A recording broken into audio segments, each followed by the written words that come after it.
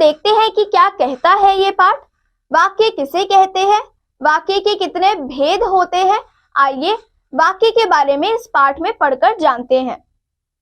उससे पहले आओ चर्चा करते हैं। वाक्य और उनके भेदों के बारे में मित्रों से चर्चा कीजिए। यहाँ हमको एक चित्र गिवन है, उसके बारे में कुछ लिखा हुआ है, पहले इसको पढ़ते हैं। बच्चों, वाक्य से पहले हमने शब्द के बारे में पढ़ा था और ये जाना था कि वर्णों के सार्थक समूह को शब्द कहते हैं। जैसे सिपाही को पकड़ा ने चोर। क्या इन शब्दों से वाक्य बना? नहीं ना, यह वाक्य नहीं बना है। ये तो केवल शब्दों का एक समूह है। ये शब्द इकट्ठे जरूर लिखे हैं, किंतु इनसे कोई अर्थ नहीं निकलता है और ना ही कोई भाव प्रकट होता है। आइए अब इन शब्दों को व्यवस्थित क्रम में लिखते हैं और देखते हैं कि ये वाक्य बन रहा है या नहीं। सिपाही ने चोर को पकड़ा। बच्चों, सिपाही ने चोर को पकड़ा। अब ये शब्द समूह एक सार्थक शब्द समूह है। इस वाक्य में पहला शब्द कर्ता यानी सिपाही, फिर कर्म यानी कि चोर तथा अंत में क्रिया यानी कि पकड़ा आया है। इससे सिपाही के द्वारा चोर को पकड़ने का भाव प्रकट हो रहा है, अतः ये वाक्य है। दादी माँ कहानी सुनाती हैं। दादी माँ है कर्ता, कहानी है कर्म और सुनाती है क्रिया। बच्चों, दादी माँ कहानी सुनाती है, यह वाक्य व्यवस्थित सार्थक शब्द समूह है।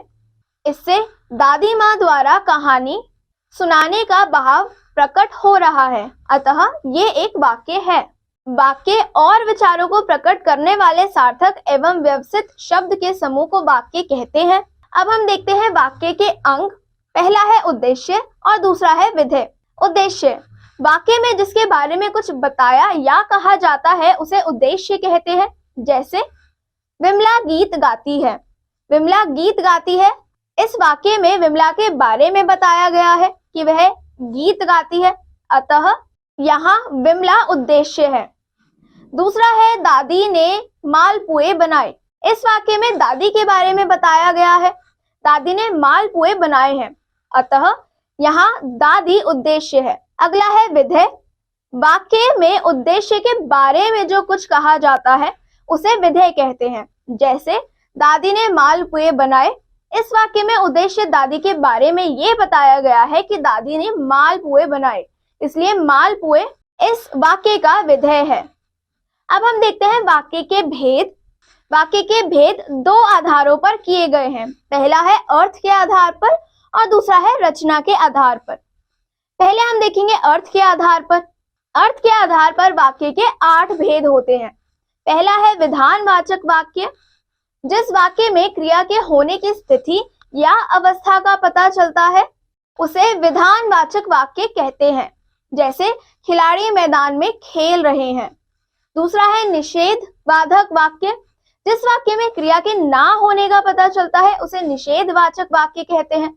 जैसे सीमा गीत नहीं गाएगी। अगला है प्रश्नवाचक वाक्य। जिस वाक्य में ये पता चले कि किसी से कोई प्रश्न पूछा जा रहा है तो उसे प्रश्नवाचक वाक्य कहते हैं। जैसे तुम्हारा नाम क्या है। अगला है विस्मयवाचक वाक्य। जिस वाक्य में आश्चर्य, खुशी, दुख, घृणा आदि का भाव प्रकट होता है उसे विस्मयवाचक वाक्य कहते हैं। जैसे अरे दीपक तुम आ गए। अगला है संदेहवाचक वाक्य। जिस वाक्य में कार्य के होने में संदेह प्रकट हो उसे संदेहवाचक वाक्य कहते हैं। जैसे शायद आज वर्षा होगी। अगला है आज्ञावाचक वाक्य। जिस वाक्य में आज्ञा, अनुमति, आदेश, प्रार्थना, निवेदन आदि का भाव प्रकट होता है उसे आज्ञावाचक वाक्य कहते हैं। अगला है संकेतवाचक वाक्य। जिस वाक्य में किसी कर्म के होने या ना होने के पीछे किसी कारण या शर्त का संकेत मिलता है उसे संकेतवाचक वाक्य कहते हैं। जैसे यदि पिताजी भी आगरा जाएंगे तो पेठा लाएंगे। अगला है इच्छावाचक वाक्य। जिस वाक्य में इच्छा या कामना का भाव प्रकट होता है तो उसे इच्छावाचक वाक्य कहते हैं। जैसे ईश्वर तुम्हें लंबी आयु दे। अब अगला है रचना के आधार पर। रचना के आधार पर वाक्य के 3 भेद होते हैं। पहला है सरल वाक्य। जिस वाक्य में केवल एक ही उद्देश्य और एक ही विधेय हो उसे सरल या साधारण वाक्य कहते हैं। जैसे नेहा पत्र पढ़ रही है। दूसरा है संयुक्त वाक्य। जिन वाक्यों के सभी उपवाक्य समान स्तर के होते हैं उन्हें संयुक्त वाक्य कहते हैं। संयुक्त वाक्य आपस में समुच्चय बोधक शब्दों से जुड़ते हैं। इनमें कोई वाक्य किसी पर आश्रित नहीं होता है। दोनों वाक्य स्वतंत्र होते हैं। जैसे अंकिता पढ़ रही है और सचिन सो रहा है, ये संयुक्त वाक्य है। संयुक्त वाक्यों में उपवाक्य तो, क्योंकि, ताकि समुच्चय बोधक शब्दों से जुड़े होते हैं। अगला है मिश्र वाक्य।